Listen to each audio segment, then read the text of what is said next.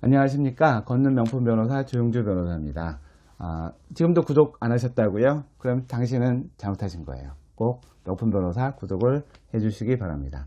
오늘 얘기할 판결은 이혼 사건과 관련돼서 연금 수급권에 대한 얘기를 좀 할게요. 이번에 나온 판례가 뭐냐면, 어떻게 보면 되게 당연한 문제인데, 남편이 공무원이었고요. 부인은 뭐 공무원이 아니었어요. 근데 이제 두 사람이 이제 이혼을 하면서 법원에서 어떤 결정을 했냐면, 남편이 공무원으로서 이제 퇴직 후에 탈 연금, 퇴직연금이나 이런 거에 대해서 이제 반반씩 나누라, 이런 결정이 이제 내려졌어요.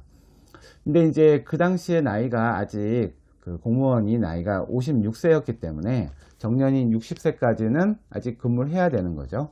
근데 그 부인은 어떻게 생각을 했냐면, 지금 이제 공무원 연금법상에 보면은 이제 분할연금이라는 게 있는데, 자, 이렇게 공무원 한쪽이 아닌 경우에, 이제 공무원은 자기가 퇴직하고 나서 연금을 받을 텐데, 공무원의 그 배우자는, 나중에 연금 받을 때, 그 연금을 상대방이 받은 다음에 받을 수 있는 게 아니라, 바로 공무원연금관리공단에다가 내가 이렇게 이혼 판결을 받았고, 내가 그 사람이 받을 거에 50%의 지분을 갖고 있으니 직접 나한테 달라라는 청구를 할 수가 있어요. 이게 분할연금이거든요. 근데 이제 이 판결에서 쟁점이 된 건 뭐냐면, 언제부터 받을 수 있냐 이거죠. 그래서 근데 이제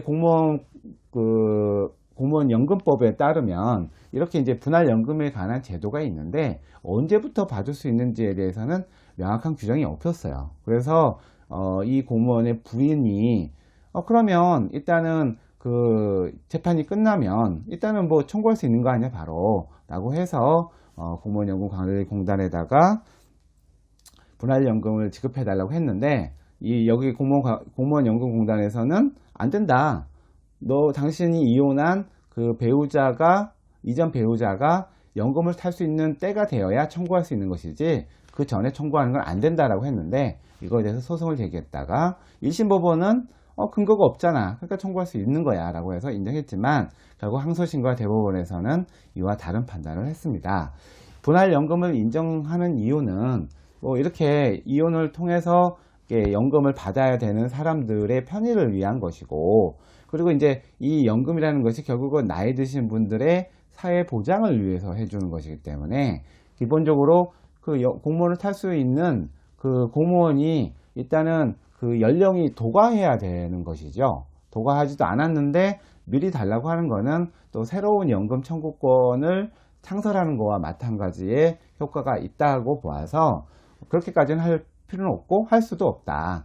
그러니까 이혼을 통해서 공무원의 연금 수급권의 지분을 반을 가지고 있다 하더라도, 최소한 그 공무원이 연금을 탈 수 있는 나이가 되어야 가능한 것이지, 그 전부터 공무원 연금에 대해서 이혼한 배우자가 청구할 수는 없다라는 이제 명확한 판결을 내렸습니다.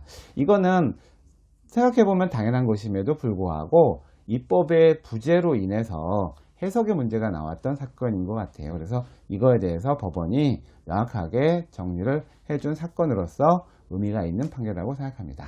감사합니다.